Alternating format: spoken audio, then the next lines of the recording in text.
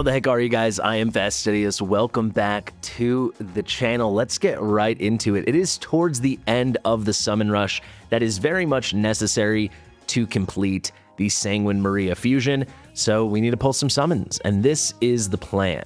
The point total needed is 3,000. I'll just pull that up very quickly so you guys can see, and in this video you will see me pull until 2,700 points.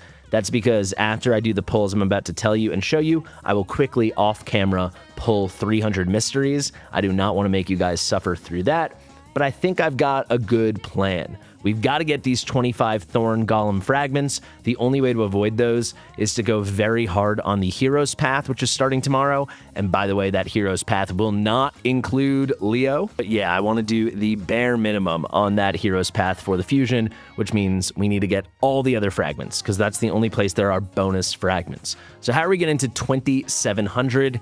Some of you probably could figure out the math. I want to do 1 10 pull of Voids, and I'll explain why.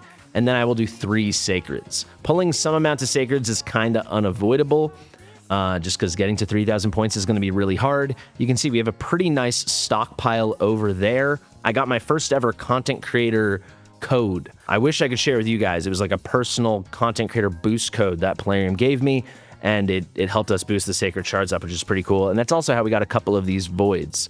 So the plan is 10 of these at 120 apiece, that's 1,200 points, and then 3 of these at 500 apiece, that's 1,500 points. So that is 2,700 points. We'll get the rest of the points by pulling mysteries right at the end of the video, and I'll do it off camera, and then we'll just check in. Let's see what the pool is. You can see one of the legendary options is Razer, Iron Gut. He's interesting. Tuhanarok, fantastic support. However, Leonardo is in this progressive. Extremely unlikely we pull him. However, if we could get cheeky and pull him now off a 10 pull, off of Fresh Pity, then we could go all in for the soul when the Leonardo path comes in about 2 weeks, I'm guessing. Maybe, actually at this point, probably about a week and a half. Unbelievable the way they've chosen to do this. I'm still kind of speechless, but okay, I'll make a video on that tomorrow. But yeah, it's going to be him and his 5-star soul. Getting both could easily cost 40 to 50 sacreds, probably 40 to 45, I would guess. If we're lucky, 36 would be like the lowest I could see. So maybe we'll get there in that case. You know, we can do the rest with farming since I have exactly 36. But it would be really nice if we got lucky and we pulled him, and then we just have to go for the 5-star soul, which I would guess would be between 15 to 20 sacreds to get just the soul done. So we'll pick him. I have to pick an epic because I'm picking him, so we'll do Sabbatha. Let's lock that in. And you can see with the sacreds, and maybe let's start here. We've got Wixwell, who I'd love to get, so unique. I love that he was community designed. It was when I was taking a break from the game, but he is just too cool. I obviously don't have him. So much power in this kid, and he looks pretty cool if it will ever load. There you go. A very weathered Santa Claus is kind of what he looks like to me. And then Seeker, one of my favorite epics ever in Raid, one of the OG epics in this game. I had Seeker on my first ever account, and I've never had Seeker since on any of my accounts. My really long free-to-play account, my other free-to-play account, and now this balling on a budget account. So I'm hoping at the very least we can pick up a Seeker. So without further ado, let's lock that in. We've already locked in our Leonardo and Sabbatha. By the way, I do have Sabbatha, but I'd rather get dupes of her than dupes of Cardinal. That was our other option. So let's start with the Sacreds. We're pulling 5 of these, and who knows? Who knows? We might strike gold, we might get lucky. And whoa. Oh, that's so cool. He really was one of my most wanted legendaries. I love Mad Hatter. Obviously, I don't have him. I started like towards the very end of the Alice fusion. When I started, they had just finished the Mad Hatter fusion like a week or 2 earlier. That is such a fun pull, and let me tell you why. Let me take you through the story of this account. I started this account at the beginning of February, a couple days into February 2025. So there was one 2025 fusion I never had the chance to get, and that was Mad Hatter. The first fusion I ever had on this account was Esme, which I actually skipped. However, I pulled Esme. Since Esme, I've done every single fusion, from Fabian until now we're going for Sanguine Maria.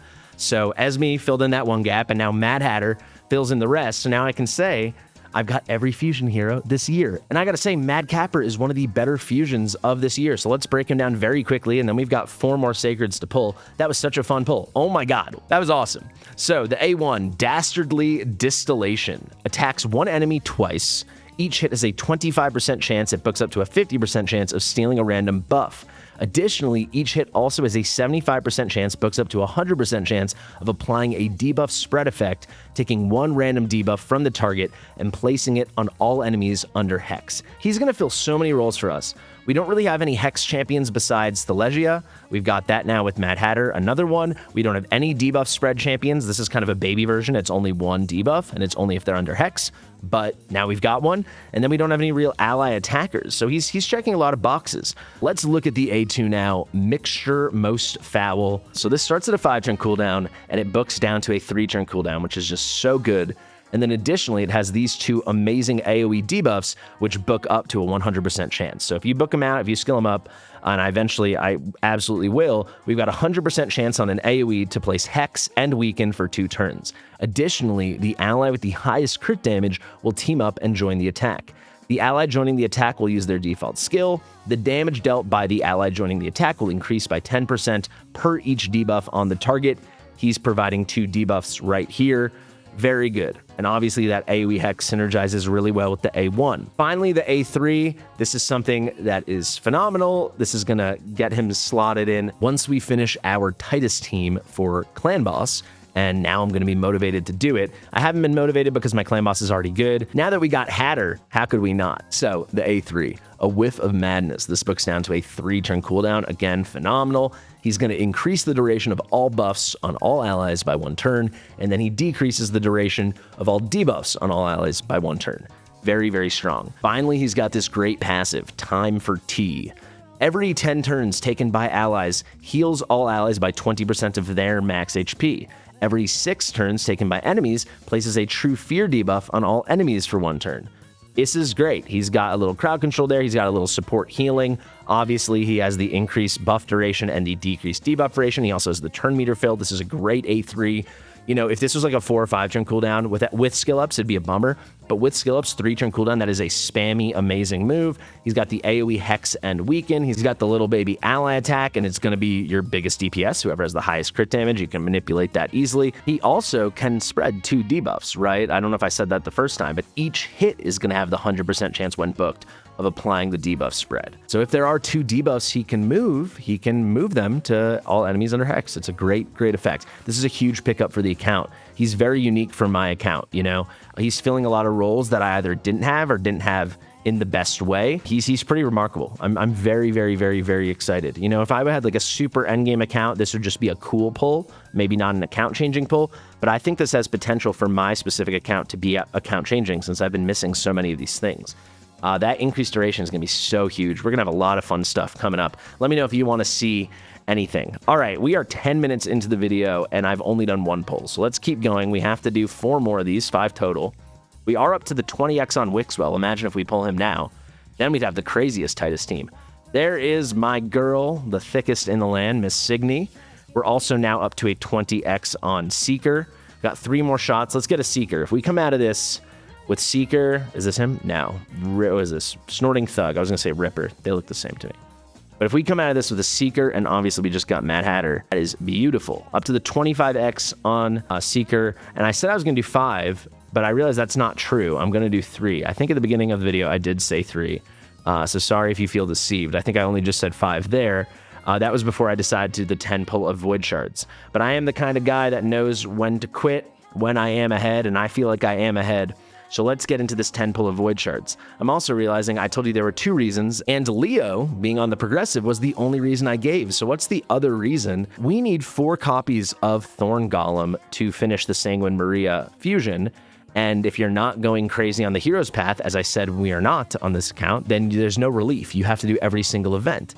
However, if we could pull a copy of Thorn Golem here on a 10 pull, that would save us 4 things that we can skip, right? That would save us 4 things we would have had to do, 4 things we can now skip. It's a very long shot, but to me, that is worth it. 10 Void Shards, let's do it. Let's see. I'm still on a high from that Mad Hatter. That's too cool. Give me at least a purple so I can get excited. Come on, Thorn Golem, Thorn Golem. Oh boy, all blues. Thorn Golem. Thorn Golem, 2 more shots, please. No, it can't be no, it's a, oh. Okay. Wow, good day for the Night Revs on the account. That's my first ever Skull Crown. We go to the Night Rev over here. You can see our first ever Mad Hatter, and then our first ever Skull Crown. Pretty dang fun. It was a long shot for the Thorn Golem. That would have been really cool. Okay, let's take a very quick break. For you, it will be like 2 seconds. For me, it's going to be a few minutes. I'm going to pull these 300 mysteries, and then we'll wrap this thing up. All right, there you go. Here's the last 10 pop of mysteries, if I counted correctly. I actually had to do 290 because I had done 110 pop for food. I forgot a few days ago. So that should be exactly 3,000. I think I did it correctly. I also want to give a shout out to this overflow storage. That was a great addition, quality of life to the game. So thank you, Plarium. Let's check this out. Exactly 3,000. Do not mind if I do. Phenomenal. Actually, I'm going to farm now, so I'll claim that energy. Thank you guys so much for watching. Please let me know if you have stuck with the fusion, if you're excited about the fusion, and if you have stuck with it, how did your Summon Rush pulls go? I've been Fastidious. Share it with your mother. If you're not yet playing Raid, use my link in the description and the top pinned comment, and I'll see you real soon. Bye.